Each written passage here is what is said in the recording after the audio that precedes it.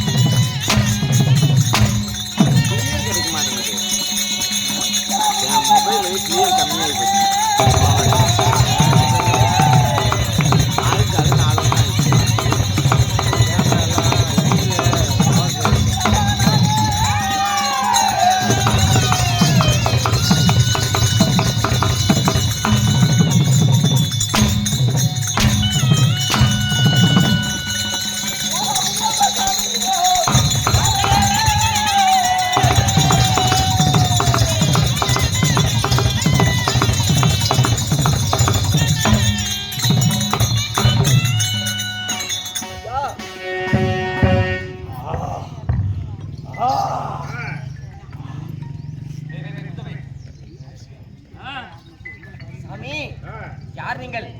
உங்களுடைய பெயர் என்ன? யார் சாமி நீங்க? இவ்வளவு கோவக்குறியோடு இந்த அக்னி வேள்வியிலே இந்த வந்து நிக்கிறீங்களே, நீங்க யாரு? உங்களோட பேர் என்ன? மலையவனா மலைக்கருத்த ஆதி மாயன். மலையாள சக்கமாவா? மலையெல்லாம் பெரிய மலை இது. பெரிய மலை இது ஏழுமலை. ஏழுமலை. அப்படி மலையவனா மலைக்கருத்த ஆதி மாயன். அந்த மதியையும் பரமேஸ்வரன் மகிழக்கூடிய செல்வன் அதிகரி புத்திரனாகிய முந்தி பிறந்தவன். என்னுடைய பேரோ முனியப்பா.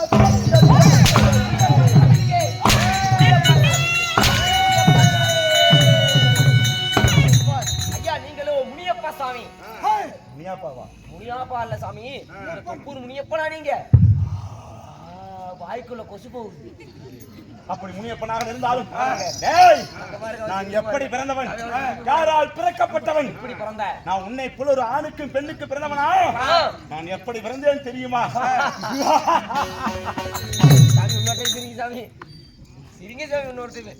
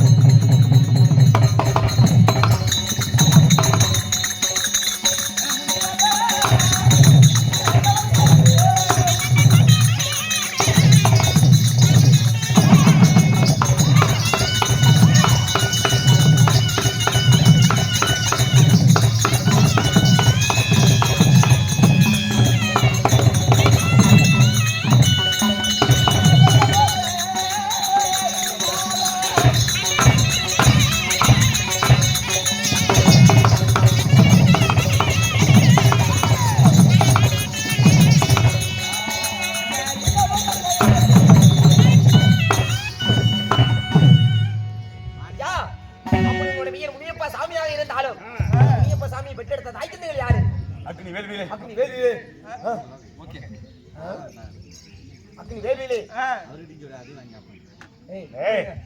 நான் எப்படி பிறந்தவன் அன்பா அன்று ஒரு நாள் பம்பகாபுரி தேசம் பம்படிக்கிற பசங்க இருக்கிறாங்க பம்பகாபுரி தேசம் தேசம் மின்சாமி சித்திக் கொண்டே இருக்கிறீர்கள் பம்பகாபுரி தேசம் அந்த பம்பகாபுரி தேசத்தை ஆண்டு வந்தனும் ஈஸ்வரத்தை எதிர்கொண்டு இருக்கக்கூடிய பத்மாசுரன் சொல்லக்கூடிய ஒரு அரக்கன் அந்த பத்மாசுரன் ஆகப்பட்டவன் அந்த தேவன் எல்லாம் அன்றைக்கு ஆளவர்களுக்காக சிவனாரத்தை கடுமையான தவம் செய்து வரத்தை பெற்றானாம்.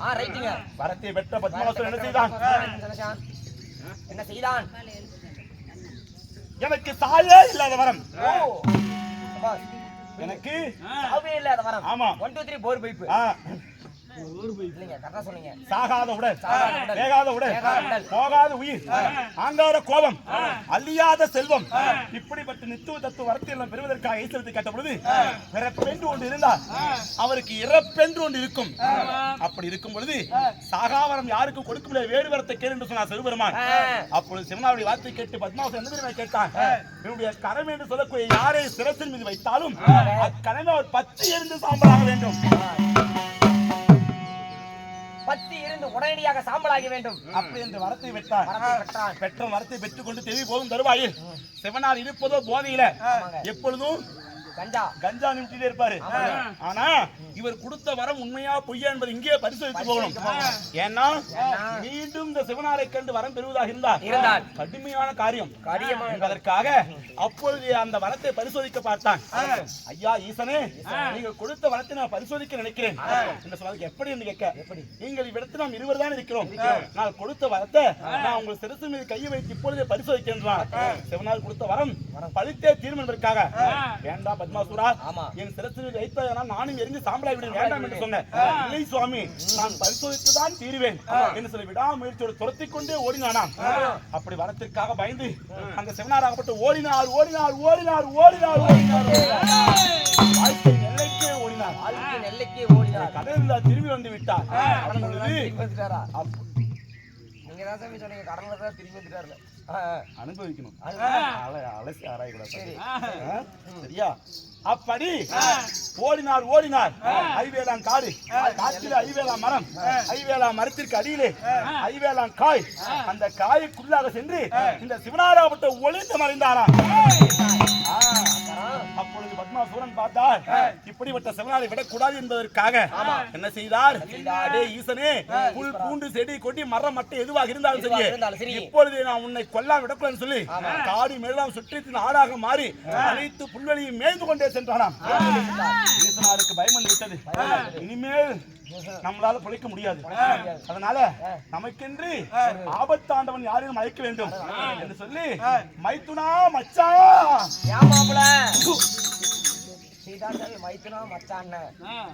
கூப்பிட்டேன். அவர் அழைத்தார். யார? ஆதி மாய கண்ணனை. அப்படி அழைக்கின்ற தருவாயில் ஆதி மாய கண்ணனாகப்பட்ட ஆபத்தானாக எப்படி வந்தார்? அன்று தேவர்களுக்கு அமிர்தம் பகிரும் பொழுது மோகினி பெண் அவதாரம் எடுத்தார் அல்லவா, அந்த மோகினி பெண் அவதாரத்தோடு வந்தார்.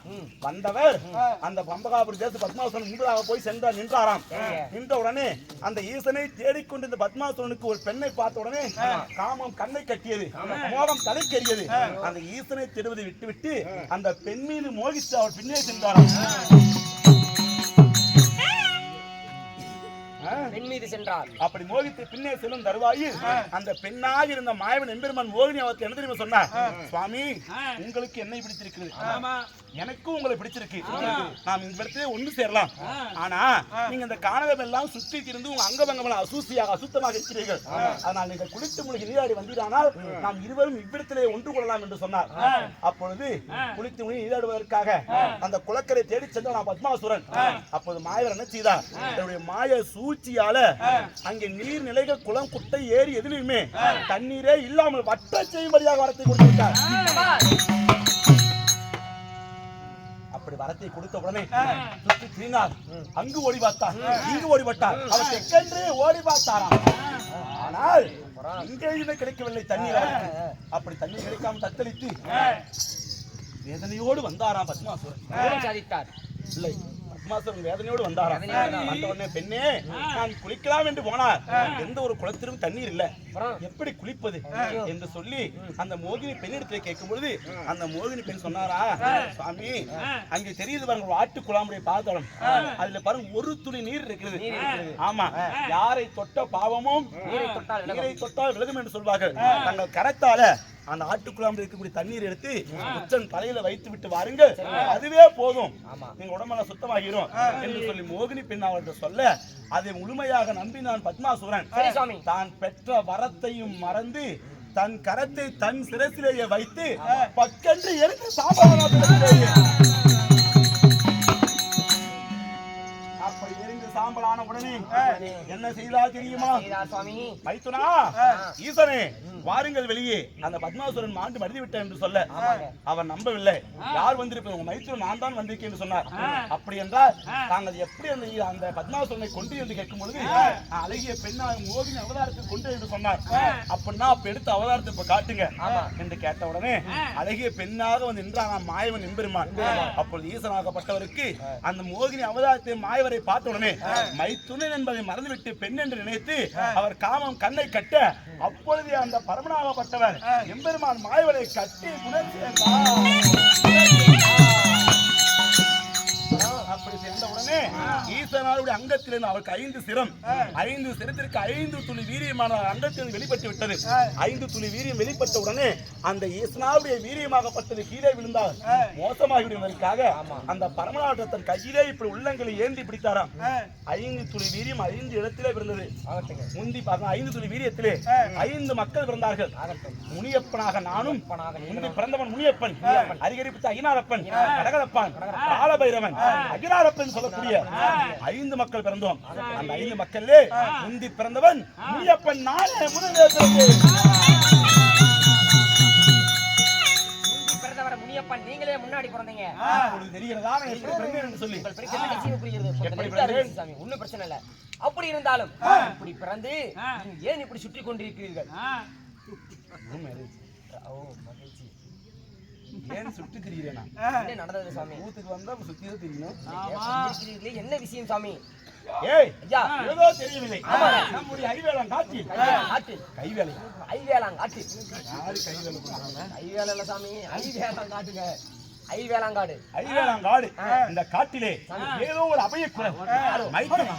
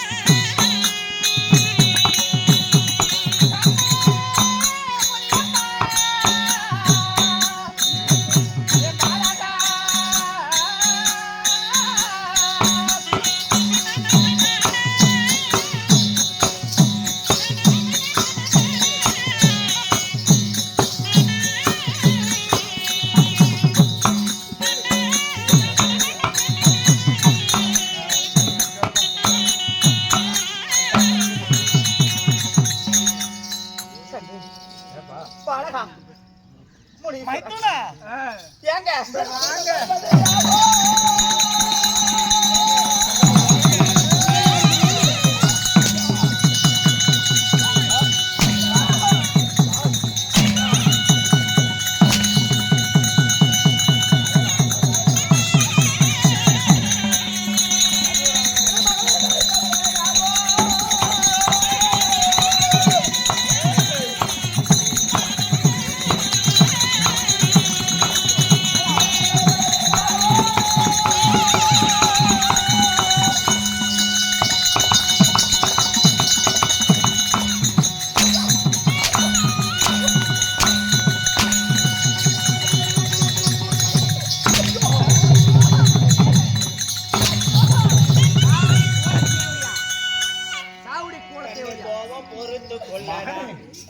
மகனே அபயம், கண்ணே அபயம், மகனே அபயம் என்று சொல்லி பெண்கள் பொறுமை பெண்கள் ஆண்கள் இப்படி மாறி மாறி வருகிறார்கள். யாராக இருக்கக்கூடும்? பெண்கள் கிடையாது, பெண்கள். குறைச்சல பொண்ணு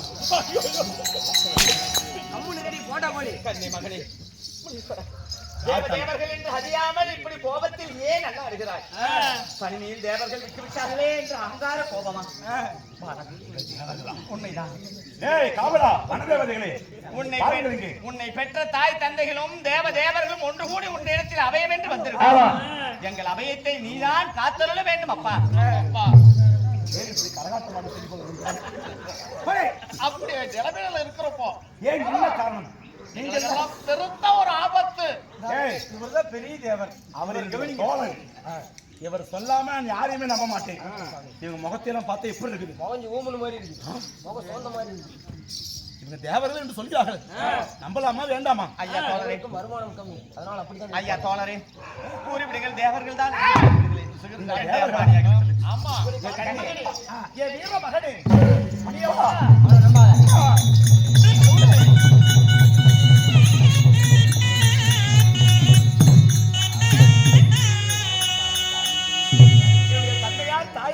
ஒரு பாதத்துக்கு உங்கள் மகனாகிய முந்தி பிறந்த முனியப்பன் அனே ஒரு வந்தனம் புரிகிறேன். அம்மா அப்பா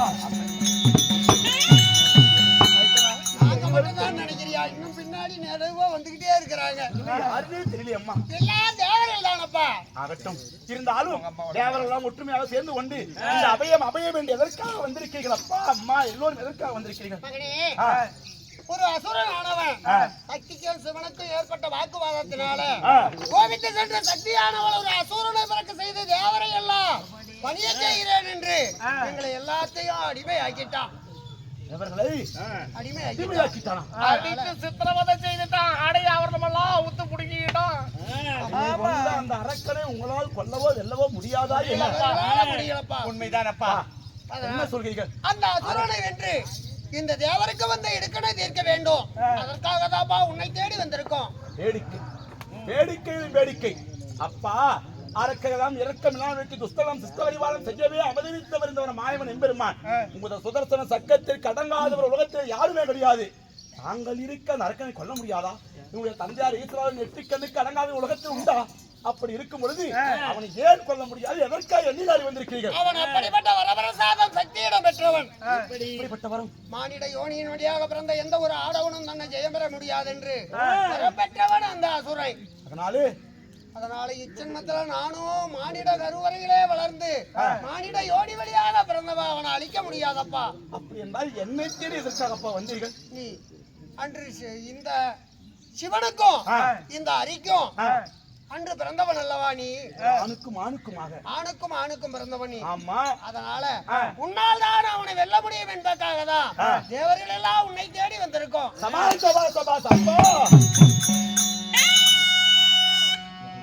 பிறந்தது இதனால் வரை காலமாக இங்கே பிறந்த முனியப்பன் நான். இவ்வளவு காலம் தன்னன் தனிமையில் இருக்கிறோமே, நமக்கு யாதொரு பணியும் கொடுக்காம இப்படி ஐவேலம் நாட்டை விட்டு விட்டு போய்விட்டான்னு சொல்லி மனக்கவலையோடு இருந்தேன். அப்பா, கட்ட முடியாத கண்ணை கட்ட பிள்ளை நான் பிறந்திருக்கின்றேன். தூக்க முடியாத சுமையை தூக்க பிள்ளையாக நான் பிறந்திருக்கிறேன். மகன் நான் பிறந்திருக்க மனக்கவலை உங்களுக்கு வேண்டாம். பிள்ளை நான் பிறந்திருக்க பேரம் உங்களுக்கு வேண்டாம். அந்த சண்டால கைவனாகிய மந்திரா மந்திராசுரனை அந்த செங்கதிர் வானிலே செப்பனிட்ட கை போல மாணிக்க கரைகட்டி மறியல நெருப்பாக்கி மத்தியிலே சந்தானை ஓடவிட்டு அவன் அங்கத்தில் அணுவணுவாக பிறந்து அண்டத்தில் ஒட்டி பறக்க பருந்துகளுக்கு விருந்தாக்கி விட்டு வெற்றி வெற்றி வெற்றி என்று வீர முழக்கத்தோடு வருகிறேன்.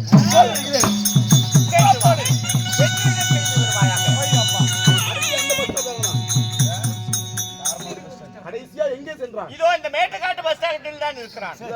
வைகுந்தமா கைலகிரியிலே இருக்கிறார். கைலங்கிரிய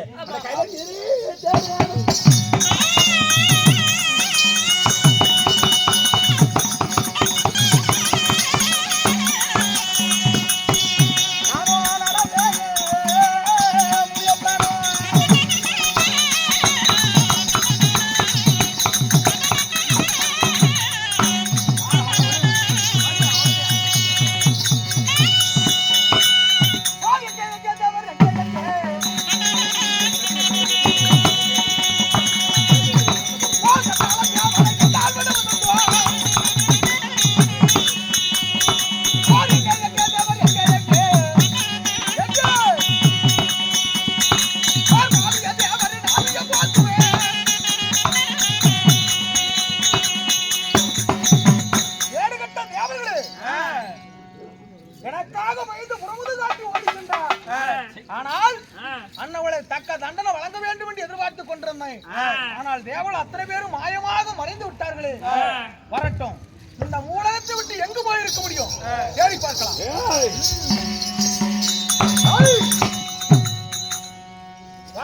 சந்தானே, தேவர்களெல்லாம் அடக்கி ஆண்டு வரக்கூடிய மந்திராசுரன் என்பவன் நீதானோ? மந்திராசுரன் என்பவன் நான் தான். சந்தானே, தேவரெல்லாம் விடுதலை பெறுவதற்காக வந்திருக்கின்றேன். விடுதலை கொடுக்க முடியுமா முடியாதா? தேவளுக்கு விடுதலை கொடுக்க நீ வந்திருக்கிறாயா? ஆமாடா. கேடு கட்டவனே, நீ பகல் கனவு கண்டு வந்திருக்கிற. இது ஒருபொழுதும் பழிக்காது. ஜாக்கிரதை. தேவள் அத்தனை பேருக்கு கட்டாயம் நிச்சயமாக தண்டனை வழங்குவது உறுதி. அந்த தேவர்கள் நானும் ஒருவன். தேவருக்கு இருக்கின்றது எந்தனுக்கு சென்றது. இப்பொழுது தேவனை விடாவிட்டால் சந்தானாகிய உன்னை என் கையெழுக்கும் ஆயுதத்துக்கு இறையாக்கி விடுவேன். ஜாக்கிரதை. ஆமாடா. மட்டி போக்கை தொட்டத்தில் நான் முட்டாளல்ல. ஏன் விழுவும் நிலைத்தால் எருது வச்சனம் கொண்டாடுமா? தாக துணிந்தவனுக்கு சமுத்திரமோ ஒரு முழங்கால் ஜலமாகுமா? என்னடா மலைப்பாம்பை வளைக்க மதுடி வாசிக்கிற? ஒழுங்கு மரியாதையா தேவனுக்காக பறிந்து வந்தவன் புறமுது காட்டி ஓடிவிட்டால் உயிர் மிஞ்சும். பெரிய சமுத்திரமா இருந்தால் எனக்கு என்ன? அந்த சமுத்திரத்தை கலைக்கு ஆளப்படுவது தலேந்திரன் என்பது மறந்து விடாதே. அப்படி இருக்கும்போது ஏழா பெரிய சமுத்திரம். அப்படியா? கேடு கட்டவனே, ஓரந்தால் புலிக்குளம் முன்பு காலவந்தால் பூமலம் இரு நாகமுதல் சிறை அதாவது சிங்கவர்கள் அடக்கியாலும் மாபெரும் மண்டலாதிய வேந்தர்களே, தேவதேவர்கள் அனைவற்ற பேர்களும் என்னுடைய பெயரை கேட்டால் இடிகாட்டு நாகத்தை போல் கிட்டு நடுக்கம் அடைவார்கள். ஒழுங்கு மரியாதையா நீ புறமுது காட்டி ஓடிவிட்டால் உனக்கு உயிராவது மிஞ்சும். இல்லை என்றால் தேவனுக்கு நேர வேண்டிய நீதி உனக்கு நேரும். நான் ஒரு வீரனுக்கு பிறந்தவன். என்னோடு சண்டை செய்து வெற்றியோடு முன்பானப்பட்டு மாழ்வனை தவிர ஒரு கோலையாக பின்பானப்பட்டு உயிர் பேச்சு கேட்டு ஓடுவது ஒரு காலம் கிடையாது. உயிர் மீது ஆசை இருந்தால் ஓங்கார கூட்டத்தை நீ ஓடி பிழைத்துக் கொள். அப்படியா? இப்பொழுதே அவருடைய கொல்லி கண்ணையும் படிய நாக்கையும் கூறியவானால் அறுத்து திரிந்து வாழும் பருந்துகளுக்கு விருந்தளிக்கிறேன் பா. அப்படியா? நான் பார்ப்பதற்கு சிறியவனா இருக்கிறேன் என்று சிந்தையில என்னாதே. நான் பார்ப்பதற்கு சிறியவன் பழகுவதற்கு கிரியவன்.